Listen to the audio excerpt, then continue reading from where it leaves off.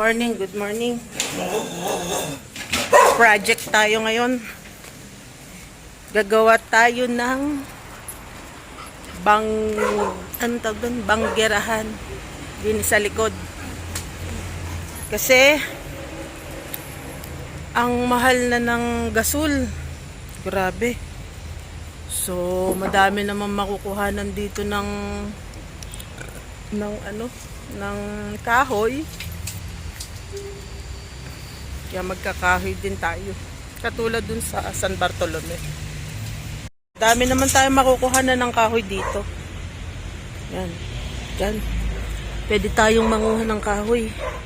Maraming mga tuyong kahoy diyan. Ating kukunin. Kaysa naman sa gasol ng gasol tayo. 1,000 na.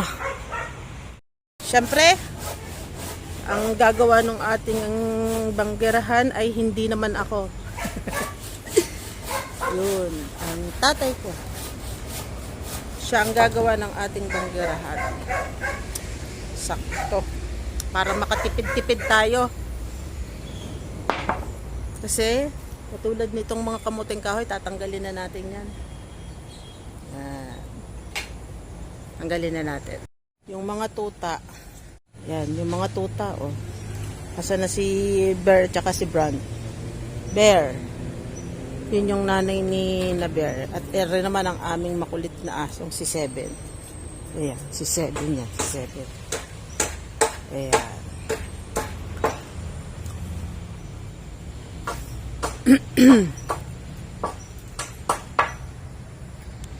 Tanggalin na natin itong kamoteng kahoy by next month. Pwede na siyang tanggalin by next month. Tapos papalitan na natin ng gulay yung ibang yung mga patubo na rin tayo. Ito na yung mustasa. Nakita ko sa inyo yung mustasa. Ayan. Hinagis lang papunta doon. Yung palagi akong may kabuntot na aso. Ay, oh.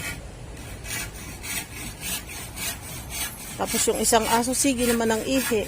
Ba't po kaya umiihi ng umiihi yan? Kada mapuntahan ihi ng ihi. Yan, sinisimula na.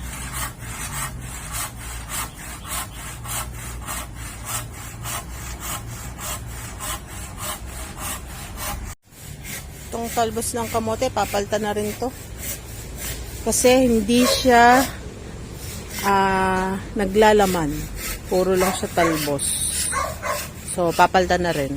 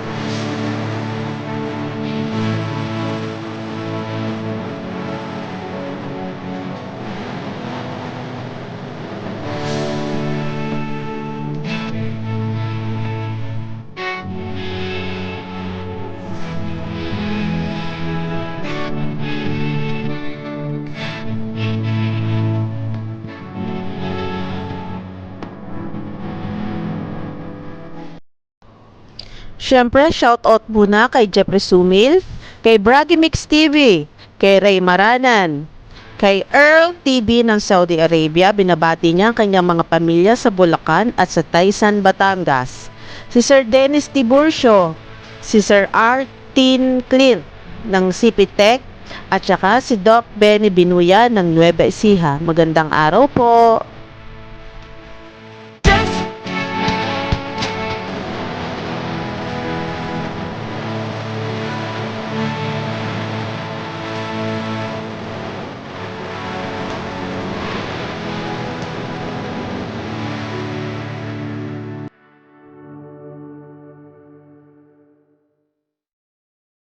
So, ito na yung ginawa ng tatay natin. Tatay ko pala. So, bibili tayo ng bagong, yung maliit-liit na tungko. Yan. Ito na siya. Siyempre, dito lang yun sa labas.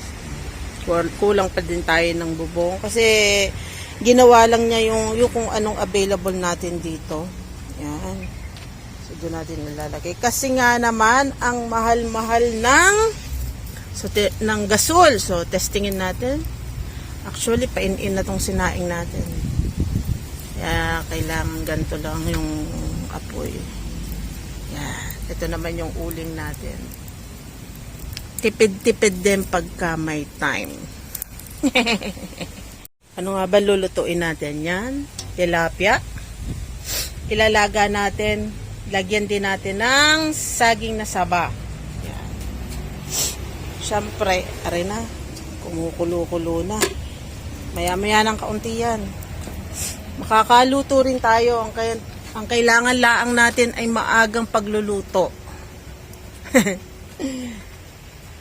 Ay, nako. Old style, balik.